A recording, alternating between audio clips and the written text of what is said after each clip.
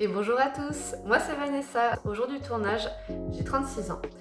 Dans la vie de tous les jours, je suis auxiliaire de vie et également animatrice sportive. Comme tu peux l'imaginer, j'aime le lien qui puisse exister entre les individus, que ce soit dans mon rôle d'auxiliaire de vie, où je suis dans l'intimité des gens, dans leur quotidien, avec leurs tracas, mais également tous leurs moments de joie.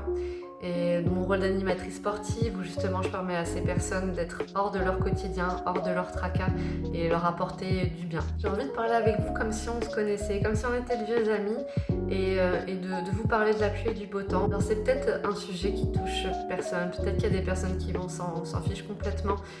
Peu importe, c'est des questionnements que je me pose moi, donc je me dis peut-être que d'autres personnes vont se poser ces questions-là. Je ne sais pas si vous avez déjà effectué des challenges de gratitude ou même tout simplement eu des méditations où on vous demande de fermer les yeux, de vous concentrer sur l'instant présent et d'imaginer toutes les choses merveilleuses qu'il y a dans votre vie et de les remercier. Alors en soi, c'est très très bien de faire ça, je ne critique pas du tout ça. Mais est-ce que vous comprenez tous qu'est-ce que c'est de ressentir de la gratitude? Est-ce que vous le ressentez dans votre tripes quand on vous dit ça? Moi honnêtement, quand j'ai fait tous ces exercices de gratitude, je comprenais pas. On me demandait de faire un challenge de 21 jours où il fallait que je liste 5 choses pour lesquelles tous les jours j'avais de la gratitude. Et je me disais, je comprenais pas. Je comprenais pas et je me disais, oui, bon bah du coup, d'accord, j'ai beaucoup de chance de plein de choses, mais là, ça va pas aller mieux. Je comprends pas. Donc je l'ai fait, et je continuais dans les méditations à me dire bon bah merci pour mon café, merci pour le ciel bleu, merci pour l'oiseau qui chante, merci pour tout ce que j'ai beaucoup de chance et je le sais, ça me culpabilisait encore plus de me dire bon bah je vais pas bien, je me sens pas bien, j'ai tout pour être heureuse et là je comprends pas, l'exercice il m'échappe. Et je me sentais en plus de ça nulle. Vraiment, je me disais mais je comprends pas, je fais des exercices de méditation, ça m'échappe, j'ai mes pensées, mais j'arrive pas à focaliser dessus, j'arrive pas à me concentrer sur une pensée et la laisser passer, comme on vous demande de laisser passer les pensées qui défilent là. Oh, regarde la pensée négative, tu l'as vue, t'as mis le doigt dessus, bah laisse ça passer. Mais non, moi pas du tout, c'est plutôt là j'ai l'orage, ça c'est une déferlante, je pense à ce que je vais faire à manger demain, là ça va pas ce que j'ai dit, comment je me suis comportée avec un tel, et ça part, et ça explose. J'arrive pas du tout à me canaliser. Donc en plus je culpabilise de ça, en plus voilà, je comprends pas l'exercice de la gratitude, et ben je comprends que voilà, j'ai beaucoup de chance, mais voilà, je vais quand même pas bien au final à la suite de l'exercice, je me sens toujours pas mieux, à la fin du challenge, ça va toujours pas. Mais pourquoi? En réalité, pourquoi ça ne va pas?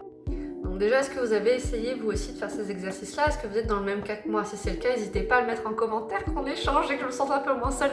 J'ai compris la gratitude le jour où je l'expérimentais, où ça a fait waouh, oui, c'est ça et je le comprends. Là oui, je me dis merci pour toutes les choses que j'ai au quotidien.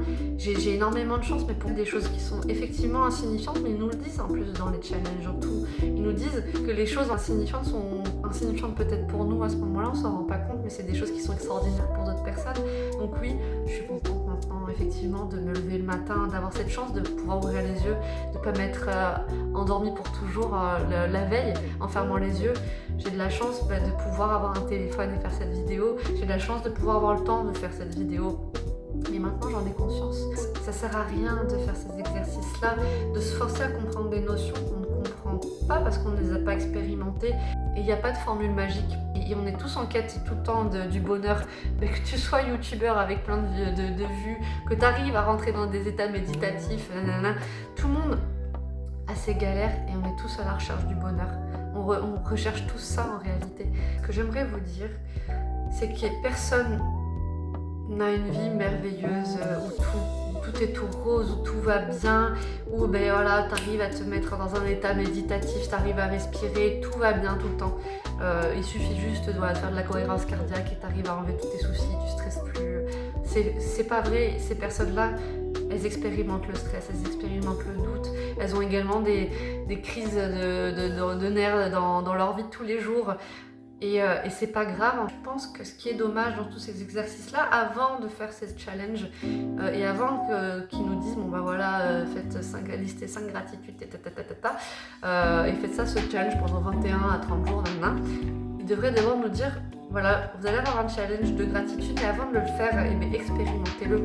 Parce que le problème, c'est que quand on fait ces exercices de challenge ou de méditation ou autre, et qu'on n'y arrive pas, on se dit ils m'ont expliqué, je comprends pas, j'y arrive pas, je suis nulle.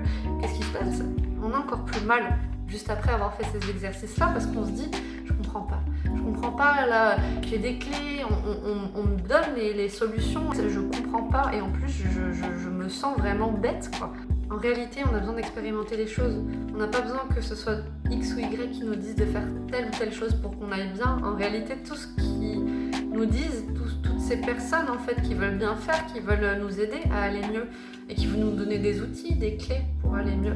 Toutes ces personnes-là, elles cherchent à nous dire d'expérimenter les choses. Donc pas besoin d'écouter des heures de méditation, pas besoin de payer des programmes. En tout cas, déjà avant de faire tout ça, essayez avant tout de prendre quelques instants et de vous écouter, d'écouter ce que vous dit votre corps. Est-ce que j'ai des tensions quelque part? Les tensions, elles parlent aussi. Est-ce que j'ai besoin peut-être de plus de sommeil? Est-ce que voilà, est-ce que je ressens certaines choses en moi? Est-ce que voilà, je sens qu'il y a une situation qui me met dans l'inconfort? Est-ce que j'ai ci? Est-ce que j'ai ça? Expérimentez d'abord les choses, mais dans votre vie, à vous. Donc je sais pas, est-ce que toi aussi t'as ressenti cette chose-là quand t'as essayé de faire des challenges?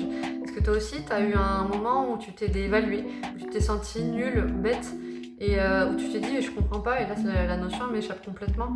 Voilà, n'hésitez pas à partager vos ressentis en commentaire, n'hésitez pas à me faire vos retours tout simplement. Est-ce que ça sert à quelque chose que je fasse des vidéos comme ça? Écoute, j'ai énormément de choses à dire, et même si je suis dans l'inconfort total, même si peut-être il y a des gens qui font ça mieux que moi, j'avais vraiment besoin de parler de personnes lambda à personnes lambda, tout simplement, et qu'on échange tous ensemble. Et bah pareil, peut-être que vous avez des clés, peut-être que vous avez des choses très intéressantes à me dire aussi, pourquoi pas. Allez, je vous dis à la prochaine, ciao.